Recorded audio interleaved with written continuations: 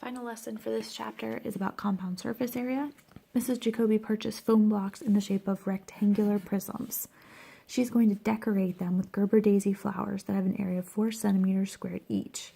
Change this over, it should say inches. Sorry, typo. Mrs. Jacoby's foam blocks are 4 inches by 3 inches by 4 inches. So length is 4, width is 3, height is 4. If we are covering these, we're talking about surface area. So go back to your formula sheet for a rectangular prism. We're talking 2LW plus 2LH plus 2WH. So your surface area is going to be 2 times 4 times 3 plus 2 times 4 times 4 plus 2 times 3 times 4. So this first part, 2 times 4 times 3, is going to give you 24. The second part is going to give you 32. And the third part is going to give us 24. So our surface area will be a total of 80 square inches. She's covering it in flowers that are 4 square inches each. So we need to take 80 and divide by 4. We're going to need 20 flowers to be able to cover one foam block.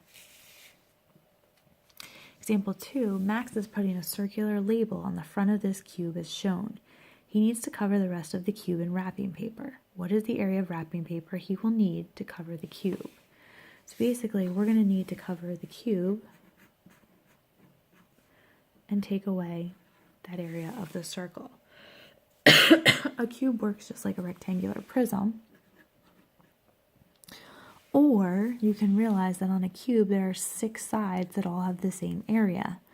They're all 5 by 5. So we have 6 sides that are 5 by 5 each. So the surface area of my cube is actually 150 square inches.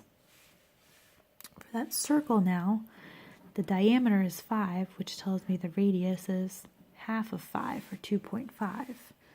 So for my circle, the area is pi r squared, 3.14 times 2.5 squared,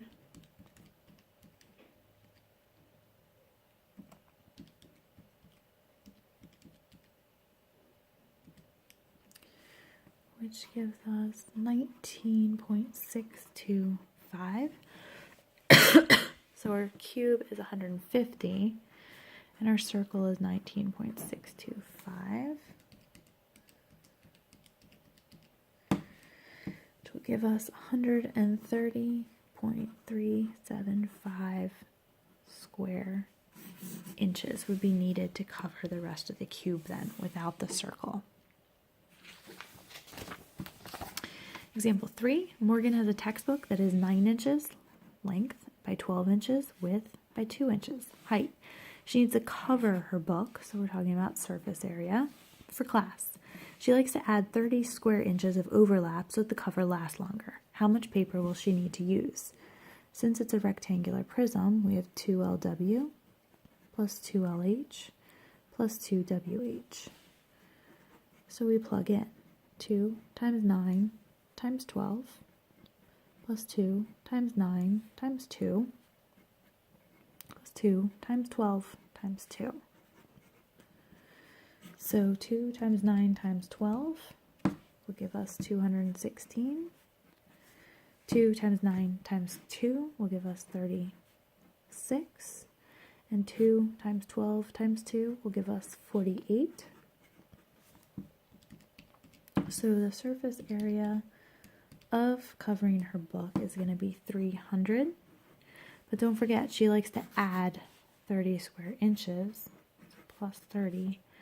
So she needs 330 square inches to be able to cover her book. All right, last example here. We're going to talk about this 3D solid. It has rectangles cut out on the top and the bottom. We want to find surface area.